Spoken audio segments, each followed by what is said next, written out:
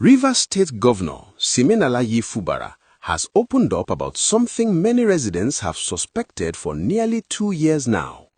Speaking on Saturday in Bonny Kingdom during a special reception organized in his honor, the governor admitted that the relentless political crisis that has gripped Rivers State significantly slowed down the pace of governance during the first 23 months of his administration. This is not just another political statement, but a rare moment of transparency from a leader who has been battling political forces on multiple fronts while trying to deliver on his campaign promises.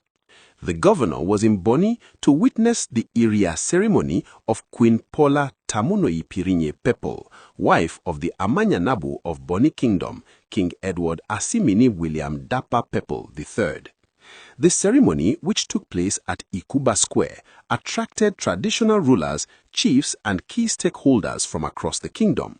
But it was at the palace, while addressing the monarch and chiefs, that Governor Fubara made this significant admission that has now sparked conversations across the state and beyond. He described the past 23 months as turbulent, explaining that political instability and institutional challenges prevented his administration from delivering governance at the pace he desired. What struck many people was his statement that the very instruments meant to deliver good governance became the same ones making things difficult. In simple terms, the systems and structures that should have helped him govern the people were instead being used to frustrate his efforts. He stressed that it was never his intention to deny the people the true feel of government, but circumstances beyond his control made it extremely challenging. Now, let us understand what has been happening in Rivers State since Governor Fubara took office in May 2023. The political landscape has been anything but smooth. At the center of this crisis is the strained relationship between the governor and his predecessor, Nyesom Wike, who currently serves as the Minister of the Federal Capital Territory. What many expected to be a seamless political transition turned into one of the most intense power struggles in recent Nigerian political history. The situation escalated dramatically when 27 members of the Rivers State House of Assembly defected from the People's Democratic Party to the All Progressives Congress, creating a constitutional crisis that threatened the very foundation of governance in the state. Things got even more complicated when these defected lawmakers attempted to impeach Governor Fubara, a move widely seen as orchestrated by political forces loyal to the former governor. The assembly building itself was engulfed in flames at one point, an incident that shocked many Nigerians and raised serious questions about how far political actors would go in their quest for power. The crisis became so serious that President Bola Tinubu had to step in to broker a peace deal in an attempt to restore some level of normalcy to the state. Despite all these challenges, Governor Fubara assured the people of Bonny Kingdom that his government has now been repositioned to deliver stronger and more visible development across the state.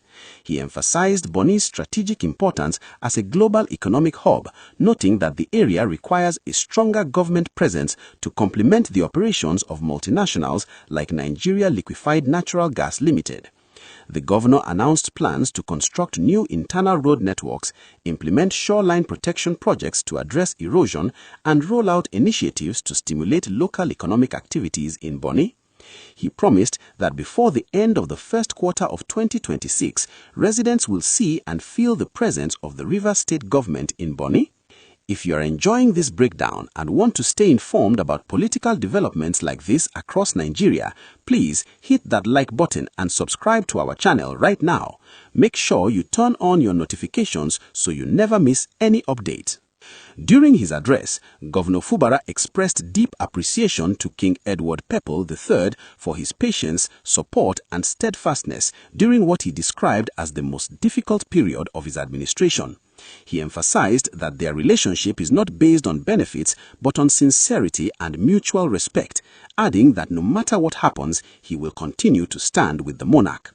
The governor also accepted a traditional honor conferred on him as Amaopo Senebo of Grand Bonny, describing it as a call to greater service to the people of Bonny and Rivers State as a whole. This admission by the governor is significant for several reasons. First, it provides context for many Rivers State residents who have been questioning the pace of development in their state. Despite being one of Nigeria's wealthiest states due to oil resources, many people have not seen the level of infrastructure development they expected. The governor's statement shifts some responsibility from administrative incompetence to political sabotage and distraction.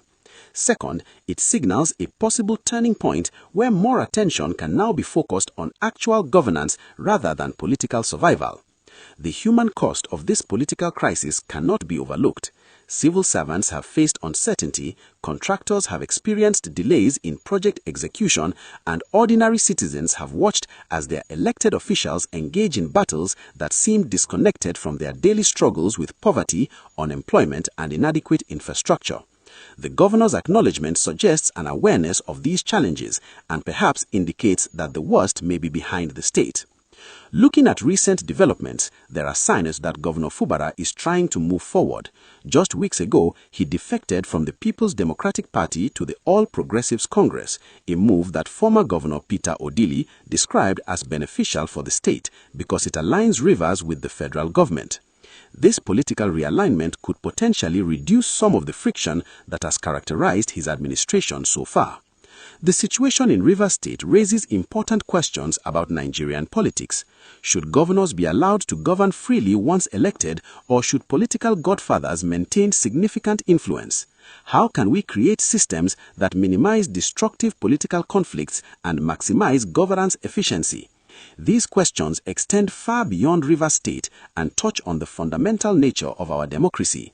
For now, Governor Fubara's candid admission about the challenges he has faced marks what could be the beginning of a new chapter. Whether the political temperature in Rivers State continues to cool down or new challenges emerge remains to be seen. But one thing is clear: the people of Rivers State deserve better than to be caught in the middle of political battles while their development needs remain unmet. Only time will tell if the governor can now focus fully on delivering the dividends of democracy to his people.